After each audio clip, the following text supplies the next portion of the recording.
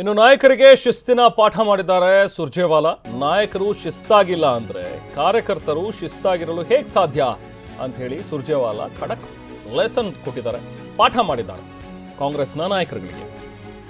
ನಾಯಕರೇ ಶಿಸ್ತಾಗಿಲ್ಲ ಅಂತ ಹೇಳಿದ್ರೆ ಇನ್ನು ಕಾರ್ಯಕರ್ತರಿಂದ ಏನು ಎಕ್ಸ್ಪೆಕ್ಟ್ ಮಾಡೋದಕ್ಕೆ ಸಾಧ್ಯ ನಾವು? ನಮ್ಮ ನಾಯಕರಲ್ಲಿ ಕೆಲವರು ಡಿಸಿಪ್ಲಿನ್ನಲ್ಲಿ ಇಲ್ಲ. ನಾಯಕರ ಭಾವನೆಗಳು ಅರ್ಥವಾಗುತ್ತೆ, ಆದರೆ ಯಾರೂ ಪಾರ್ಟಿಯನ್ನ ಬುಲ್ಡೋಸ್ ಮಾಡಬೇಡಿ, ಪಕ್ಷಕ್ಕಿಂತ ನಾವು ದೊಡ್ಡವರು ಅಂತ ಯಾರೂ ಭಾವಿಸಬೇಡಿ ಅಂತ ಇದೇ ಸಂದರ್ಭದಲ್ಲಿ ಖಾರವಾಗಿ ಸುರ್ಜೇವಾಲಾ ಅವರು ಮಾತಾಡಿದ್ದಾರೆ. ಪಕ್ಷಕ್ಕಿಂತ ನಾವು ಯಾರೂ ಕೂಡ ದೊಡ್ಡವರಲ್ಲ, ಹಾಗಂತ ಭಾವಿಸೋದಕ್ಕೂ ಹೋಗಬೇಡಿ. ಪಕ್ಷ ತಾಯಿ ಇದ್ದಂತೆ, ಸರ್ಕಾರ ಮಗುವಿನ ಥರ. ಈಗಲೂ ನಾನು ಮನವಿ ಮಾಡ್ತೀನಿ, ಶಾಸಕರು, ನಾಯಕರು, ಸಚಿವರು ಎಲ್ಲರೂ ಕೂಡ ಶಿಸ್ತಿನಲ್ಲಿರಿ. ಯಾರು ಕೂಡ ಶಿಸ್ತು ಮೀರಬಾರ್ದು. ಕಾರ್ಯಕರ್ತರನ್ನ ಗೌರವಯುತವಾಗಿ ಕಾಣಬೇಕು. ಪಕ್ಷವನ್ನೇ ಬುಲ್ಡೋಸ್ ಮಾಡೋರನ್ನ ನಾವು ಖಂಡಿತವಾಗ್ಲೂ ಸಹಿಸೋದಿಲ್ಲ ಅಂತೇಳಿ ಕೆಪಿಸಿಸಿ ಸಭೆಯಲ್ಲಿ ನಾಯಕರುಗಳಿಗೆ ಸುರ್ಜೇವಾಲಾ ಶಿಸ್ತಿನ ಪಾಠ ಮಾಡಿದ್ದಾರೆ.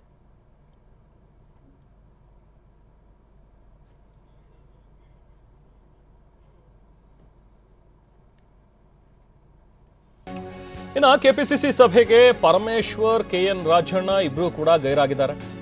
ಸಭೆಗೆ ಬಂದಿಲ್ಲ ಜಿ ಪರಮೇಶ್ವರ್ ಮತ್ತು ಕೆಎನ್ ರಾಜಣ್ಣ. ಇವತ್ತಿನ ಸಭೆಗೆ ಬಹುತೇಕ ಸಚಿವರು ಹಾಜರಿದ್ದಾರೆ, ಆದರೆ ಇವರಿಬ್ರು ಮಾತ್ರ ಇಲ್ಲ.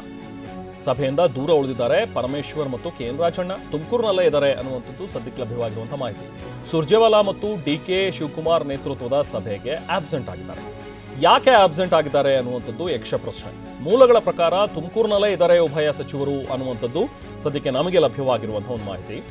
ಸೊ ಎಲ್ಲೊಂದು ಕಡೆ ದಲಿತ ಸಚಿವರ ಸಭೆಗೆ ಏನು ಅವಕಾಶ ಕೊಡಲಿಲ್ವಲ್ಲ, ಅದರಿಂದಾಗಿ ಮುನಿಸ್ಕೊಂಡಿದ್ದಾರೆ, ಅಸಮಾಧಾನಗೊಂಡಿದ್ದಾರೆ ಅನ್ನುವಂಥದ್ದನ್ನು ಕೂಡ ಹೇಳಲಾಗ್ತಾ ಇದೆ.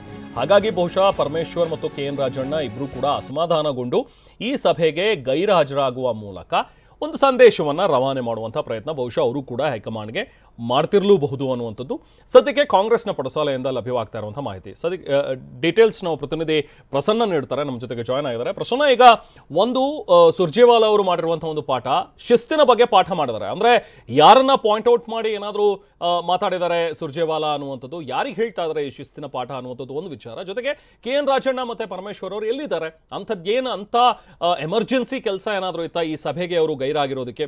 ಏನು ಮಾಹಿತಿ ಸಿಗ್ತಾ ಇದೆ ಪ್ರಸನ್ನ?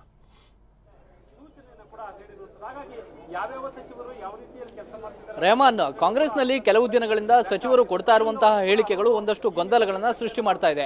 ಅಧಿಕಾರ ಹಂಚಿಕೆಗೆ ಸಂಬಂಧಪಟ್ಟ ಹಾಗೆ ಮತ್ತು ಕೆಪಿಸಿಸಿ ಅಧ್ಯಕ್ಷ ಸ್ಥಾನದ ವಿಚಾರಕ್ಕೆ ಸಂಬಂಧಪಟ್ಟ ಹಾಗೆ ಪದೇ ಪದೇ ನಾಯಕರು ಹೇಳಿಕೆಗಳನ್ನ ಕೊಡ್ತಾ ಇದ್ದಾರೆ. ಇದು ಎಲ್ಲೋ ಒಂದು ಕಡೆ ಪಕ್ಷದಲ್ಲಿ ಡ್ಯಾಮೇಜ್ ಆಗ್ತಿದೆ ಮತ್ತು ಸರ್ಕಾರದ ಮಟ್ಟಿಗೂ ಕೂಡ ಡ್ಯಾಮೇಜ್ ಆಗ್ತಿದೆ. ಮತ್ತು ಪ್ರತ್ಯೇಕವಾದಂತಹ ಸಭೆಗಳನ್ನ ಆಯೋಜನೆ ಮಾಡ್ತಾ ಇರುವಂತದ್ದು ಕೂಡ ಪಕ್ಷದಲ್ಲಿ ಭಿನ್ನಮತ ಇದೆ, ಬೇರೆ ಬೇರೆ ಬಣಗಳಿದಾವೆ ಅನ್ನುವಂತ ರೀತಿಯ ತಪ್ಪು ಸಂದೇಶಗಳನ್ನ ರವಾನೆ ಮಾಡ್ತಾ ಇದೆ. ಈ ಕಾರಣಕ್ಕೋಸ್ಕರ ಇವತ್ತು ಕೆಪಿಸಿಸಿಯಲ್ಲಿ ಬೆಳಗಾವಿಯ ಅಧಿವೇಶನಕ್ಕೆ ಸಂಬಂಧಪಟ್ಟ ಹಾಗೆ ಪೂರ್ವ ಸಿದ್ಧತಾ ಸಭೆಯಲ್ಲಿ ಸುರ್ಜೇವಾಲಾ ಅವರು ಮಾತನಾಡ್ತಾ ಇರುವಂತಹ ಸಂದರ್ಭದಲ್ಲಿ ಅವರು ಎಲ್ಲ ನಾಯಕರಿಗೂ ಕೂಡ ನೇರವಾದ ಎಚ್ಚರಿಕೆಯನ್ನ ಕೊಟ್ಟಿದ್ದಾರೆ. ಅಂದ್ರೆ ಪಕ್ಷಕ್ಕಿಂತ ಯಾರು ಕೂಡ ದೊಡ್ಡವರಲ್ಲ ಅನ್ನುವಂತಹ ಸಂದೇಶವನ್ನ ಸುರ್ಜೇವಾಲಾ ಅವರು ರವಾನೆ ಮಾಡಿದ್ದಾರೆ. ಕೆಲವರು ನಾಯಕರು ಇಂಡಿಸಿಪ್ಲಿನ್ ಆಗಿ ವರ್ತನೆಯನ್ನ ಮಾಡ್ತಾ ಇದ್ದಾರೆ ಮತ್ತು ಕಾರ್ಯಕರ್ತರಿಗೆ ಗೌರವವನ್ನ ಕೊಡ್ತಾ ಇಲ್ಲ.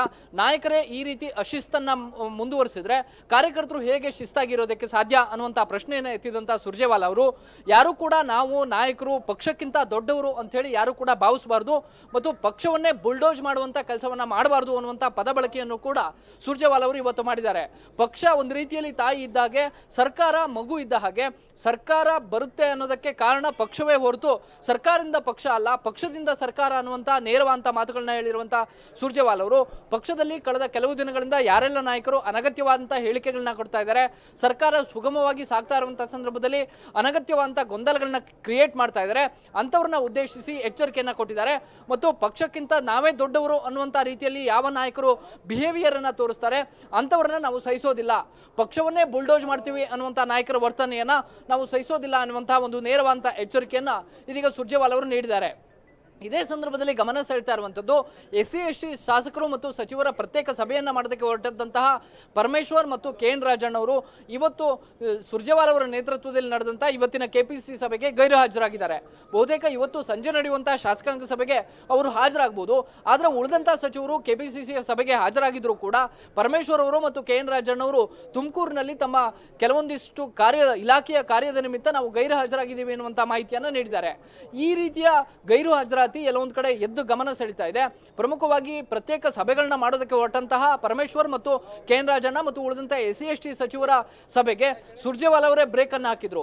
ಇಂಥ ಹೊತ್ತಲ್ಲಿ ಪರಮೇಶ್ವರ್ ಅವರು ಗೈರು ಹಾಜರಾಗುವ ಮೂಲಕ ಎಲ್ಲೊಂದು ಕಡೆ ತಮಗೆ ಅಸಮಾಧಾನ ಇದೆ ಅಥವಾ ಹೈಕಮಾಂಡ್ ಈ ರೀತಿ ತಮ್ಮನ್ನ ಕಂಟ್ರೋಲ್ ಮಾಡೋದಕ್ಕೆ ಹೊರಟಂತದ್ದು ಸರಿಯಲ್ಲ ಅನ್ನುವಂಥ ಪರೋಕ್ಷ ಸಂದೇಶವನ್ನ ರವಾನೆ ಮಾಡೋದಕ್ಕೆ ಹೊರಟ್ರ ಅನ್ನುವಂಥ ಒಂದಷ್ಟು ಪ್ರಶ್ನೆಗಳಂತೂ ಹೇಳುತ್ತೆ.